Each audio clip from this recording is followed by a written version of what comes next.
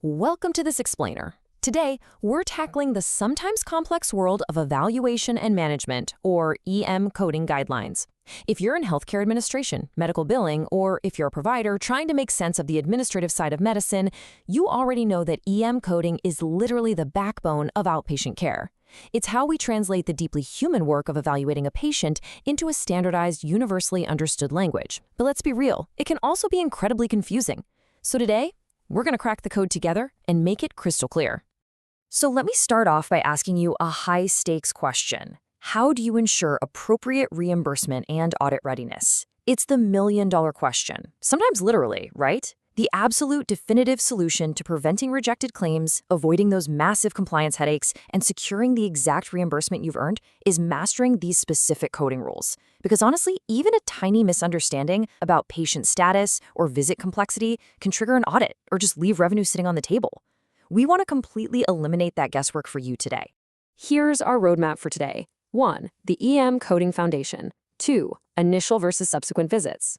3. Defining patient status. 4. The 3-year rule. 5. Specialty and subspecialty. And finally, 6. Medical decision-making basics. All right, let's dive into Section 1, EM Coding Foundation. Before we get into the weeds, we need to anchor ourselves in exactly why this system even exists.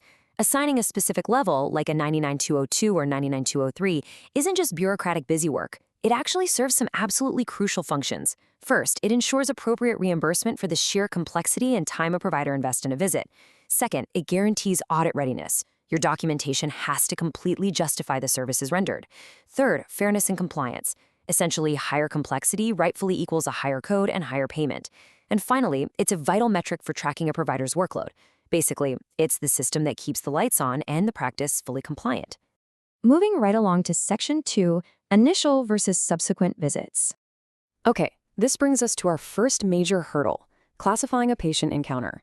Getting this wrong sets the entire claim off on the wrong foot.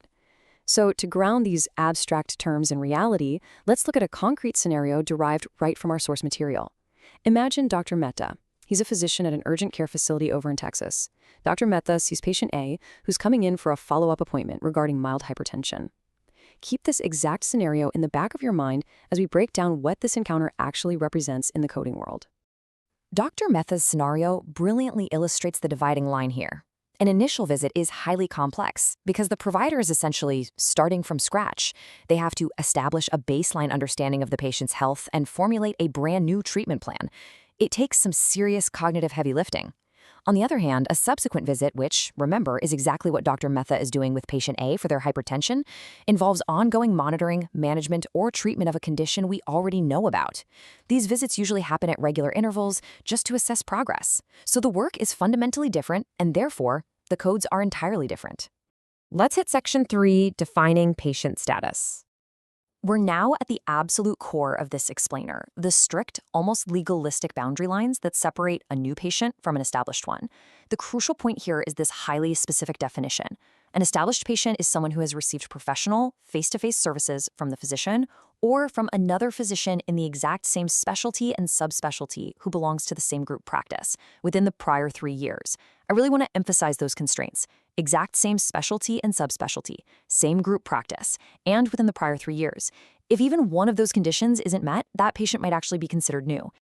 Next up, Section 4, the 3-year rule. This rule is kind of the climax of our analysis. It's the algorithmic heart of patient classification. Think of this precise decision tree as your strategic guide. You start right at the top. Has the patient received any professional service from the physician or another qualified healthcare professional in the same group and same specialty within the past 3 years? That 3-year clock is your very first major split. If the answer is no, boom, you immediately have a new patient. If the answer is yes, well, then you follow the branch down to the next level of strict criteria.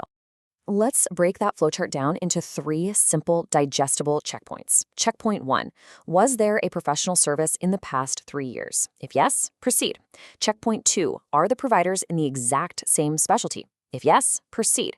Checkpoint 3. Are they in the exact same subspecialty? If yes, then, and literally only then, are they an established patient? If you answer no at any of these steps, the patient resets to a new patient status for coding purposes. It's a strict, unbending logic gate, no exceptions.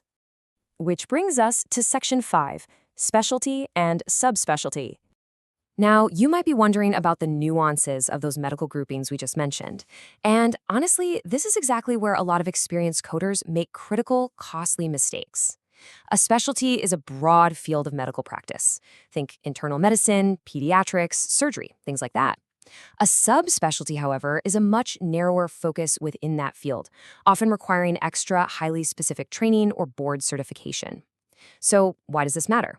Well, if a patient sees a general internal medicine doctor in a group practice and then 2 weeks later sees a cardiology subspecialist in that exact same group practice, the subspecialty changed. Because of that, that patient is technically classified as new to the cardiologist, even though they're established with the broader group practice. Listen to this quote from the source guidelines. It's something you should definitely commit to memory. Levels of EM services are not interchangeable among the different categories or subcategories of service. This is a huge reminder of why this precision matters so immensely. The very first level of EM services for an office visit for a new patient doesn't have the same definition or the same reimbursement rate as the first level for an established patient. You can't just swap them out. The criteria are fundamentally different. Finally, let's look at Section 6, Medical Decision-Making Basics. All right, having locked down patient status, let's shift gears a bit. Once your patient classification is complete, visits are actually scored and leveled based on the 3 core pillars of medical decision-making, or MDM. When a provider is aiming for a specific code level, they're evaluated on these 3 columns. First, the number and complexity of problems addressed during the visit. Second, the amount and/or complexity of data to be reviewed and analyzed, like external notes, lab results, ordering tests, that kind of thing. And third, the risk of complications, morbidity, or mortality associated with the patient's management. You typically need to meet or exceed the requirements in 2 out of these 3 categories to qualify for a specific MDM level. To make this totally actionable, here are some essential MDM scoring tips. The absolute most vital rule: you must only capture problems actively addressed and managed during that specific encounter. Seriously, do not just list historical diagnoses if the provider didn't actually evaluate or treat them today. When assessing risk, you have to differentiate between managing a stable chronic illness versus treating an acute illness that poses a threat to life or bodily function. A stable chronic illness, like well-controlled diabetes, carries a much lower MDM risk than something severe like a stroke or sepsis. Before we wrap up, I want to leave you with a quick question to test the knowledge we just built. If a patient sees a different subspecialist in the same group practice, are they a new or established patient? Well, based on the strict subspecialty rule we just covered, they are a new patient. Keeping these rigid guidelines straight is really what separates adequate medical billing from absolute excellence. Thank you so much for joining me to crack the code today, and I hope this leaves you super eager to tackle even more complex coding challenges in the future. Don't forget to like, share, and subscribe to Decode Healthcare with Harshal.